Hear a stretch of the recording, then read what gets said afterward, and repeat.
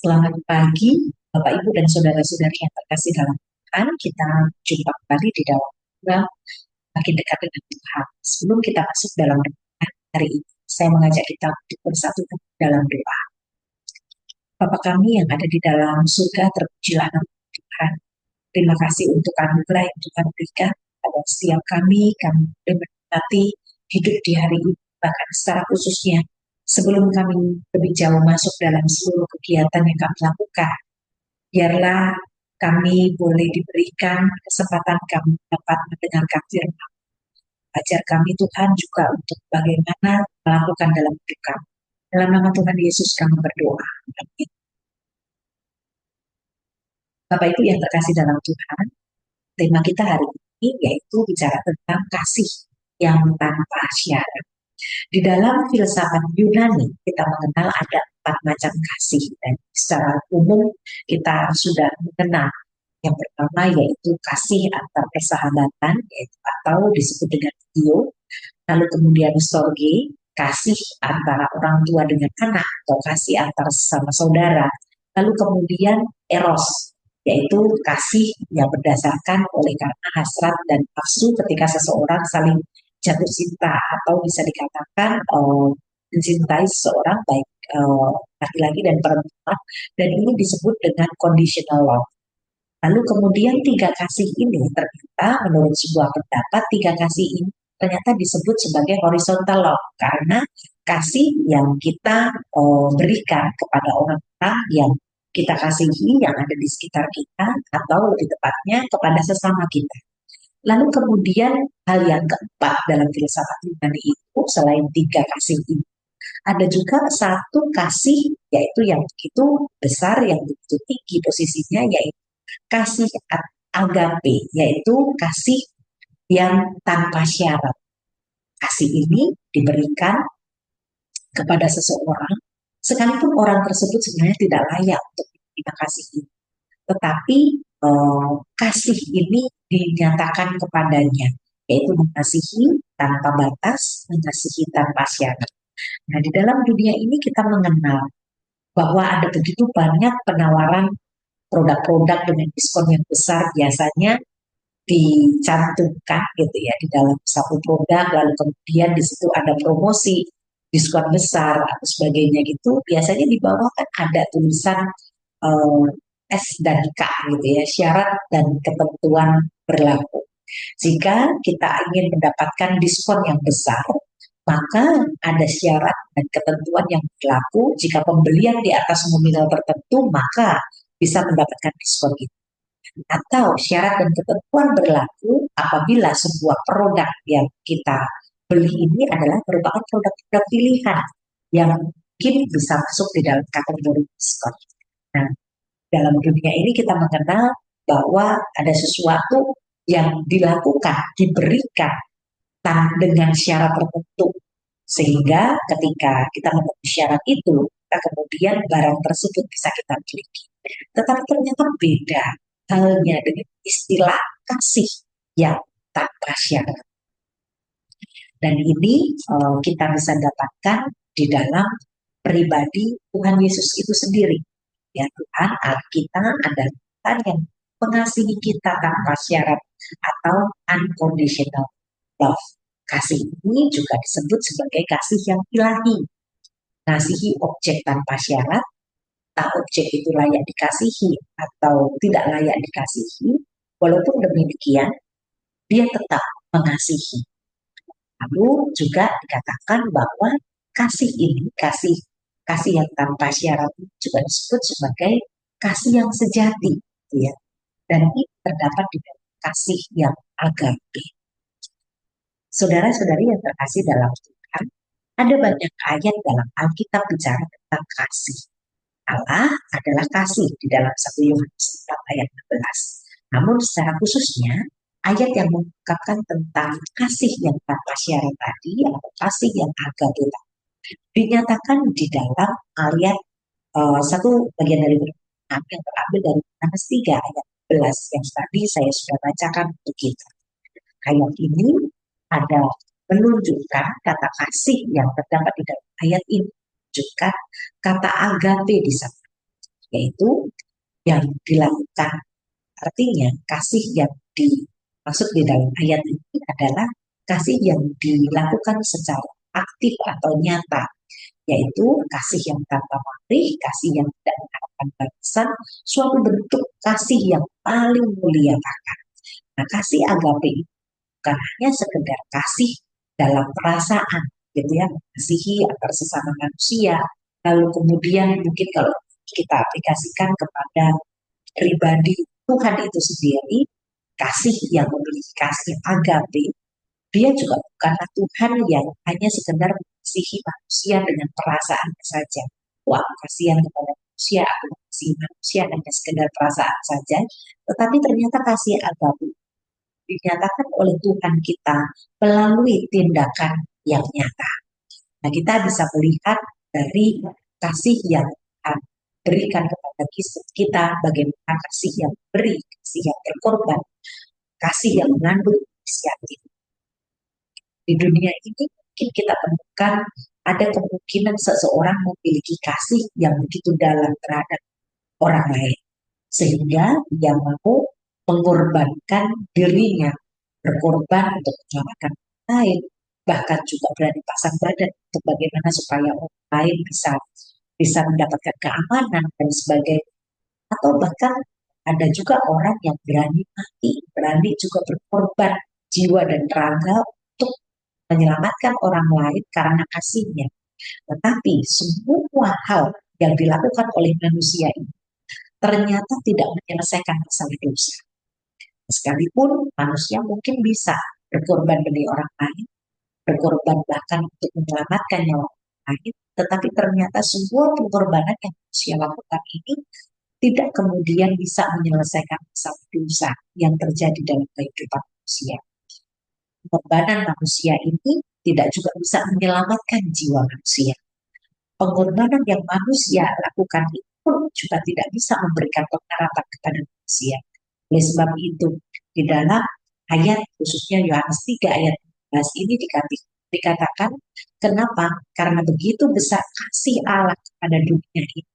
Kata kasih di sini kenapa bisa dikatakan ini merupakan kasih yang tanpa pamrih, kasih yang tidak mengharapkan balasan, kasih yang tertinggi, kasih yang tanpa syarat, sebab kasih Kristus yang dinyatakan di dalam pengorbanannya di atas kayu salib itu merupakan kasih yang sempurna.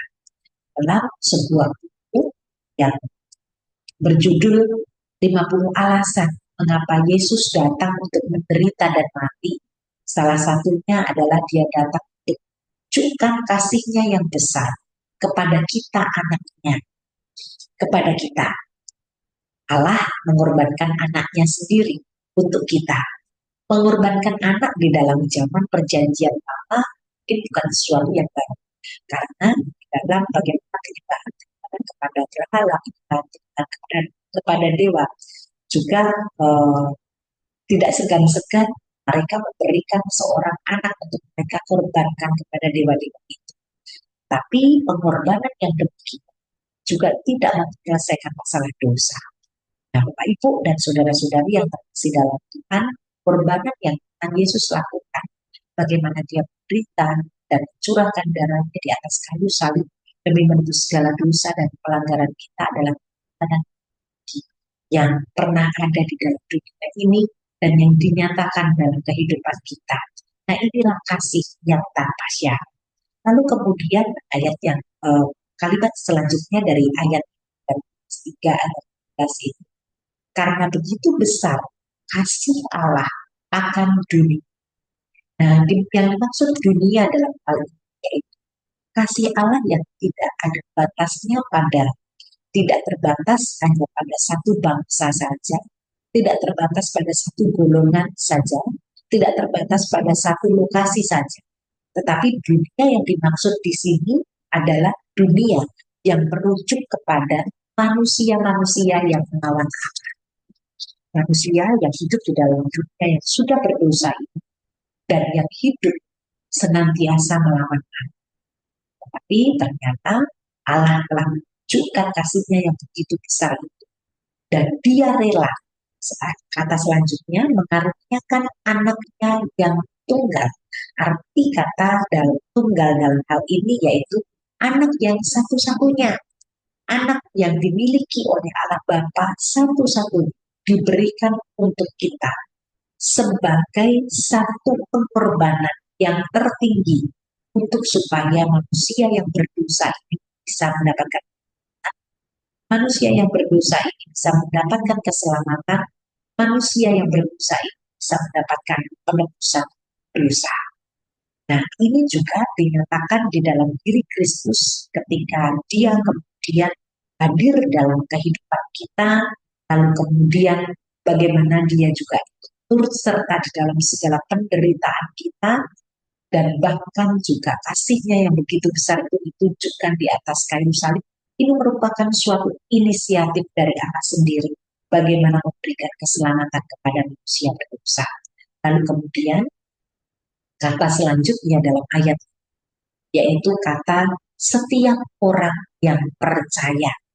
Maka setiap orang yang percaya, setiap orang yang percaya itu diartikan sebagai setiap orang yang punya keyakinan kokoh bahwa Yesus Kristus adalah anak Allah dan satu-satunya juru selamat orang berdosa.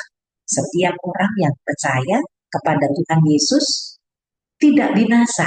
Kata tidak binasa ini adalah merupakan diartikan sebagai tidak hancur atau tidak menuju kepada kebinasaan. Kata ini tidak menuju kepada kematian jasmani. Ya, sekalipun manusia hidup di dunia hanya mati satu kali saja, lalu kemudian ketika kita percaya dan iman kepada Tuhan Yesus, maka kita mendapatkan kehidupan yang kekal.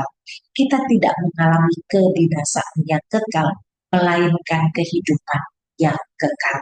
Nah, kata hidup kekal sendiri di sini diartikan bahwa sebagai hidup yang abadi, hidup yang selama-lamanya. Hidup kekal ini adalah karunia yang dianugerahkan kepada seorang yang sudah hidup di dalam Kristus. Nah, kehidupan kekal ini pun juga sudah diberikan pada masa sekarang ini. Kita sudah diberikan pengharapan akan kehidupan yang kekal yang kelak akan kita nikmati bersama-sama dengan orang-orang percaya lainnya. Dan arti kata dari hidup yang kekal ini juga mengacu kepada suatu kualitas hidup yang kita bisa miliki selama kita hidup di dunia, sekalipun kita masih belum berpindah dari kehidupan dunia ini yang sementara ini kepada kehidupan yang akan datang. Tapi selama kita menjalani kehidupan di dunia ini, kita mendapatkan kualitas hidup yang baik. Bagaimana Tuhan memberikan kesejahteraan kepada kita, bagaimana kita menjalani kehidupan kita dengan sukacita.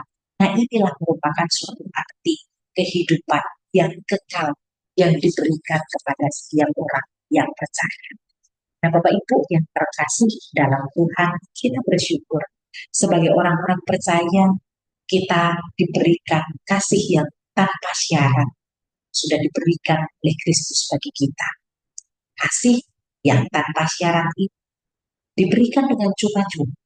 Kasih yang tanpa syarat ini diberikan oleh karena anugerah. Oleh sebab itu, biarlah ketika kita sudah mengalami kasih yang tanpa syarat ini, mendorong kita juga untuk mengasihi sesama kita dengan tindakan yang nyata. Sebab kasih ini bisa kita aplikasikan dalam kehidupan kita bukan saja untuk supaya kita memiliki perasaan mengasihi, tetapi juga bagaimana kita mengasihi sesama kita dengan tindakan yang kemungkinan ada seseorang yang mengasihi orang lain karena butuh sesuatu. Atau kasih ini juga bisa dikatakan sebagai kasih yang transaksional. Jika kamu sudah memberikan aku sesuatu, maka aku juga bisa memberikan sesuatu kepadamu. Itu juga dengan ketika kita bisa menerima kasih dari orang lain, aku juga bisa kok mengasihi orang lain karena orang lain sudah mengasihi ya. Nah, ini adalah merupakan suatu hubungan yang transaksional, gitu ya. Mengasihi orang lain karena butuh sesuatu, mengasihi orang lain karena sudah menerima sesuatu. Atau mungkin bisa juga seseorang ada di level yang Seseorang bisa mengasihi orang lain karena sudah sadar bahwa sudah banyak menerima kebaikan Tuhan, gitu ya. Seseorang tersebut bisa mengasihi orang lain karena sadar bahwa Tuhan sudah lebih dulu mengasihi dia, Tuhan sudah lebih dulu memberikan kebaikan kepadanya. Maka kemudian di dalam kehidupannya dia terus didorong untuk bisa mengasihi orang lain. Nah, Bapak Ibu yang terkasih dalam Tuhan, biarlah kita juga terus belajar bagaimana menjadi orang-orang Kristen yang juga terus bisa mempraktekkan kasih dalam kehidupan kita, dan standar kasih yang kita harus lakukan kepada orang lain adalah kasih yang agape, tentu saja. Kasih yang tanpa pamrih, mengasihi sesama kita dengan tanpa pamrih. Apapun kelebihan dan kekurangannya, kita bisa mengasihi mereka. Walaupun dia benci saya bisa mengasihi mereka. Walaupun tentu saja mungkin dalam kekurangan dan kelebihannya, kita bisa belajar untuk mengasihi mereka. Mungkin ini sesuatu yang sulit kita lakukan, karena sebagai manusia kita terkadang dalam keterbatasan kita. Ketika kita mau mengasihi seseorang, tapi kemudian ketika kita melihat atau kita mendengar orang tersebut sudah menjelek-jelekan kita sedemikian, kita masih bisa mengasihi dia. Nah, ini merupakan suatu tantangan yang kita harus jalani dalam kehidupan kita. Roh Kudus yang terus akan menolong kita untuk bisa terus dapat belajar mengasihi sesama kita, bahkan tanpa. Nah, Bapak Ibu dan saudara-saudari yang terkasih dalam Tuhan, dalam relasi kita dengan sesama, kadang jatuh bangun untuk kita bisa mengasihi. Jika kita bisa menerapkan prinsip kasih ini, maka dalam kehidupan relasi kita dengan sesama kita, kasih ini bisa menjadi satu perekat yang menyatukan atau minyak yang mengurangi gesekan. Nah, ingat bahwa kita sebagai orang percaya, hidup kita harus berdasarkan kasih. Dan bagaimana kita terus bisa mengaplikasikan kasih dalam kehidupan kita. Kita harus ingat bahwa Tuhan Yesus lebih dulu mengasihi kita. Yesus lebih dulu berkorban mati untuk kita. Dan inilah yang mendorong kita untuk bisa mengasihi. Yesus mengasihi kita tanpa pamrih. Yesus mengasihi kita bahkan ketika kita masih berdosa. Yesus menunjukkan kasih. Ketika kita mendapatkan pengampunan, ketika kita sudah mendapatkan kehidupan yang kekal, sudah diampuni dari segala dosa kita, itulah yang mendorong kita juga untuk bisa mengasihi orang-orang yang ada di sekitar kita. Orang-orang yang mungkin mengkhianati kita, orang-orang yang mungkin melontarkan ujaran kebencian di belakang kita, orang-orang yang mengecewakan kita, kita bisa mengasihi mereka. Karena Roh Kudus terus menolong kita agar kita bisa membagikan kasih kita kepada. Amin. Mari kita bersatu hati dalam. Bapa kami yang ada di surga, terima kasih Tuhan karena Engkau dan kasih-Mu yang begitu besar, dengan berikan anak-Mu yang tunggal yang rela datang ke dunia, mati di kayu salib, menebus segala dosa dan pelanggaran kami. Dosa kami diampuni, dosa kami sudah dihapuskan, dan kami diberikan keselamatan dan kehidupan yang kekal. Kami bersyukur untuk kasih yang sedemikian indah dan besar itu. Dan biarlah itu juga yang terus mendorong kami untuk mengasihi sesama kami.